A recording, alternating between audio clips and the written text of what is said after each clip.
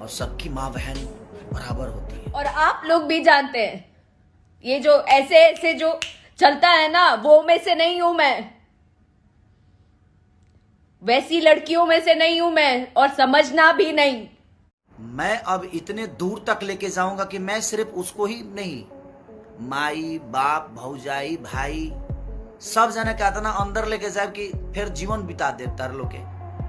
अगर हम अपने आप को बनाने के लिए दिनों रात अपने शरीर से लेकर अपने दिमाग से लेकर अपने परिवार से दूर रह के अपने आप को बड़ा करने के लिए मैं जब इतना कर सकता हूँ, तो किसी पे ना 2 4 5 10 20 लाख रुपया खर्चा करे में हमारा टाइम ना लगे।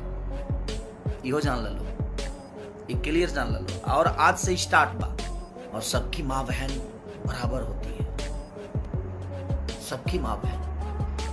हम उसी कोख से पैदा होते हैं, उसी जगह से निकलते हैं हर आदमी, और हम उसी की इज्जत नहीं करते तो हमें जीने का कोई मतलब ही नहीं बनता है। आपके सपोर्ट में दुनिया का कोई भी आदमी खड़ा हो जाए ना,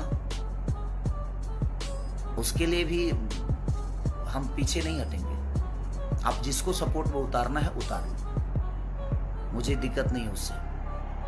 आपको सपोर्ट में अगर कोई बहुत बड़ा स्टार खड़ा हो जाए, बहुत बड़ा नेता खड़ा हो जाए, हमें फर्क नहीं पड़ता।